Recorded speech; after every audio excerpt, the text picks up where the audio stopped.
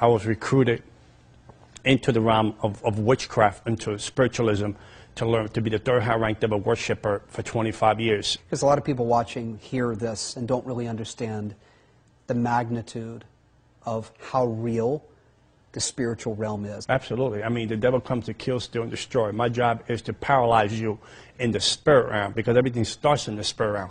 If I can paralyze you in the spirit realm, then whatever has to happen in the natural won't happen. So I will operate in the spirit realm. The spirit realm is more real than the realm that we are in now, because everything starts in the spirit realm. It's more real than the oxygen you breathe. What's happening in the spirit realm? There's a war taking place. I have to keep you away from the plan of God, no matter what, at any cost. You keep saying you. So when you say that to me, I'm understanding you to mean that when you were in Satan's army, I'm just going to say it like it is. No, absolutely. You would actually take on the role of a soldier for the devil. Yes. To do what in the spirit realm? In other words, to do witchcraft, to do tarot card readings, to do spells, to paralyze their neighborhood, so the cross won't reach that neighborhood. So the people in that neighborhood will know that it was a spirit of poverty, a spirit of prostitution, drugs. I feed that spirit in the neighborhood to control that neighborhood, so the cross of Jesus Christ will not come into that neighborhood. If you're a believer, to make you believe that the Christ you serve wasn't real, he was a fantasy. The cross is a fantasy. The cross is a figure of your imagination. I was very good at that. I had like a PhD doing that. Wow. And then after that, I discredit the cross, because I have to discredit the cross, because if I can discredit the cross, you have nowhere to run to. Sure. So you were vulnerable. You were in the middle of nowhere. So now I can come and attack. It's like a lion. He chased the hurdle. He goes after the weakest prey. And then he attacks and he focuses on that weakest prey, so he brings us down. So I have to separate you from the cross. So I'm able to separate you from the cross and to make it a figure of imagination. I knew that there was gateways and portals that you were open because you were struggling. So I would hold on to that and then bring you down. Well, I would sit in the church. I would go to church as a demon man and sit in the church and break the unity of the church, or break the unity of the spirit going on, so people won't get saved. Wow. What was your goal? What was the game? What was the end game? Move up the ranks as a devil worshiper. Move up the ranks, make my daddy proud. Did you fulfill my assignment? Did you actually see things you couldn't explain take place? I would sit with the devil like I'm sitting you with today. I would talk to the devil all night long. He would manifest in human form. He would come into my house. The presence would change. The atmosphere would change. The room would change. Your presence was there. I sold my soul to the devil. I got the marks in my body here. I got the marks here. I got the marks here. I got the pentagram carved into my flesh. So I would sit with the devil all night long and speak to the devil, because the devil wanted fellowship. Now, John, you can appreciate that's hard to believe. I'm not questioning you. I'm saying that people watching right now are saying, wait a minute, I see that in the movies, but this doesn't happen in real life. Right. How do we respond to that? I mean, you really saw the devil. Yeah, absolutely. Sat with him, sat with demons, principality. There's two worlds. There's the kingdom of darkness and the kingdom of heaven. There's people that seen angels. There's people that had an encounter with Christ. So if you can see that, then there's a devil. Sure. There's an opposite. Right. If you can't just believe part of the Bible. Exactly. You can't believe in miracles and not expect to see them. You can't believe in that Jesus raised from the dead. Right. And not believe in that kind of real supernatural world is what you're describing. Right. And you saw it. I saw it. I lived it for 25 years. I mean, you can't, Jesus talked more about demons, cast out more demons. Wasn't that a third of his ministry? Exactly. Why do we not see more of that today? Because the church is preaching people happy, they're not preaching people free. Say that again. The church is preaching people happy, but they're not preaching people free. Christians are coming in bondage, in shackles, and strongholds, and generational curses in the pastors. And no disrespect to anyone's ministry, because I'm a Christian, I'm a believer. I'm on the side, I'm on the right side, but I can't preach you free, but I'm preaching you happy. Right. You know, it's like a sugar rush. I'm giving you a sugar rush, but I'm not really, you're not being healed, you're not being delivered, you're not being set free. Right, well, there's a place for that. I mean, I would agree there's a place for that kind of ministry. But equally, there's a place for someone to be able to speak into a circumstance with real experience, who has experienced, lived, been deep in the demonic world, and can say to someone that is just trying to live happy, it's not a matter of state of mind. It's not a matter of just feeling happy. You've got some gateways in your life that you've got to shut. We've got to do some spiritual surgery, if you will, Exactly. to get them out of the ditch that they're in. That's what you're describing. Right. And that's your ministry. And that's my ministry. That's my your ministry is to come to set the captives free. People have forgot to know that there's a devil to fight. There's demons to cast out. There's a world of darkness that we're in a battle for souls. Sure. Who's going to win souls? Jesus going to win more souls, or the devil is? It's really what it's all about. Exactly. You know, it is a battle for souls. Souls. Spiritual warfare is needed. I mean, the Bible says it's clear. I mean, when I read the Bible, it comes so much to life. It said the kingdom of the light. I used to project. I used to leave my body home, and I used to project to go to different neighborhoods and put curses in the neighborhood, because whatever you can curse on the spirit realm is able to come out of the natural. In the only neighborhood that I was not able to curse, it was a Christian that were praying for the neighborhoods. They had a circle of unity, praying for the neighborhoods, and they used to chase me out to prayer. Wow. It was one accord, one unity, praying in the spirit, casting out demons, healing the sick. People need to see the power of God against the power of darkness. And I would submit that most people watching have never really experienced the power of God. No. They've never seen what you're describing. I mean, I came from a kingdom of darkness. I had $100,000 witchcraft stuff in my house. I had human bones in my house. If I would tell you I was going to kill you in 30 days of witchcraft, I was going to kill you in 30 days of witchcraft. So today, Jesus had erased everything and took my mess and made it a testimony. Wow. And now I'm educating the body of Christ that there's a devil out there that we need to fight. I'm educating the church, the spiritual warfare. We need to stay free.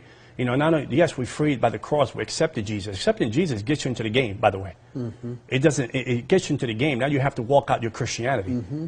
You don't get saved, in other words, and it's all happy from there. Right, it's not all happy. You get saved, and then the real battle starts. There's devil that's trying to stop your purpose and your destiny. There's devil that's trying to give it an abortion. An abortion by how? By you have a purpose and a destiny that's in you, that God already put in you. He's trying to abort that baby. He's trying to abort that purpose and destiny so you won't reach the cross. You won't reach God's very best. Where there's high crime, prostitution, killing, that's not just the work of people that make bad choices. There's an actual spiritual influence, a demonic force at play in that city. Maybe it's on somebody's job. Right. Maybe it's in a home.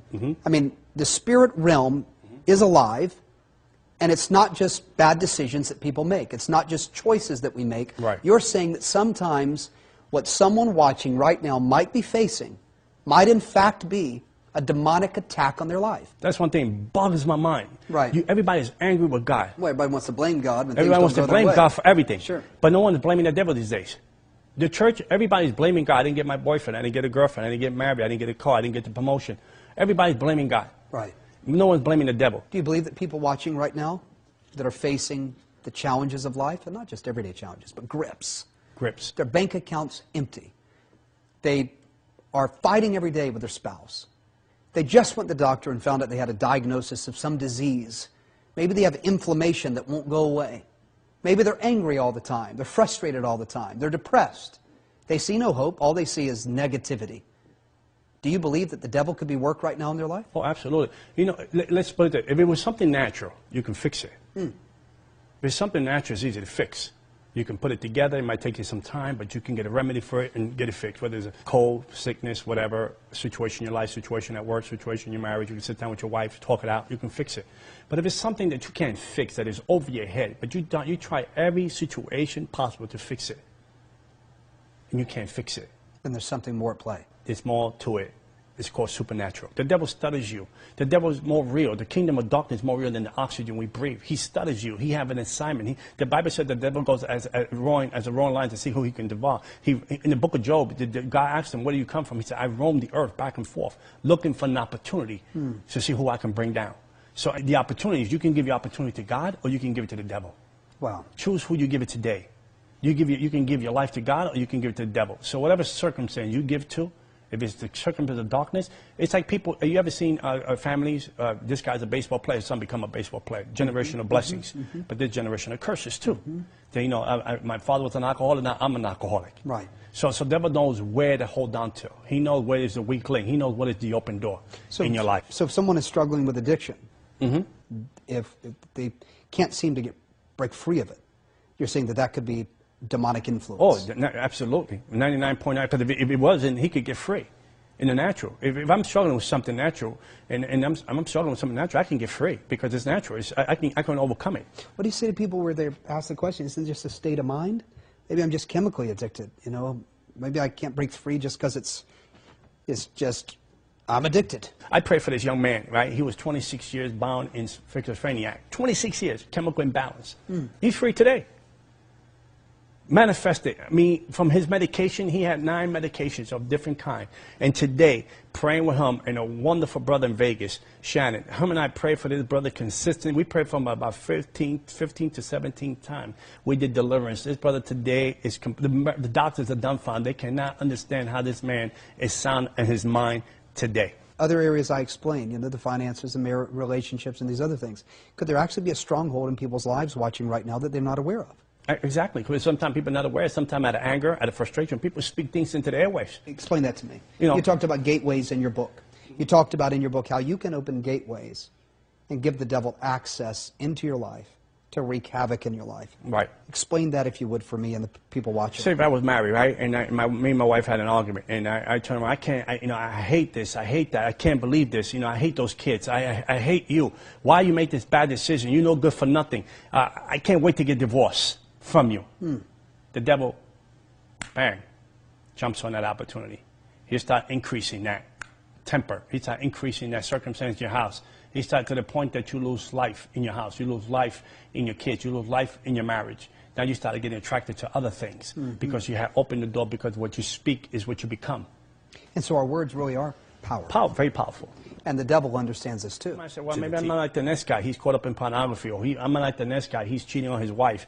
Or I'm not like the, you might categorize your sin in categories. Got it. God sees sin as sin. Got it. One sin can keep you away from heaven.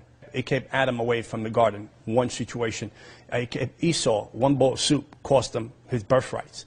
One situation can keep it. The devil can use one situation to hold you from God's very best. And you might think it's light. He can use a situation as a gateway, you described. As a gateway, as a portal, to get a grip, to have an asset, to have a stronghold in your life. And what does he do with that stronghold? What is his mission? The obvious, to keep us from heaven. But the devil, as you described, is doing so much more than that. It's not just on a mission to capture our soul, to keep us from our heavenly home. Amen. He's on a mission to destroy our life here on planet Earth. And that stronghold has to come down.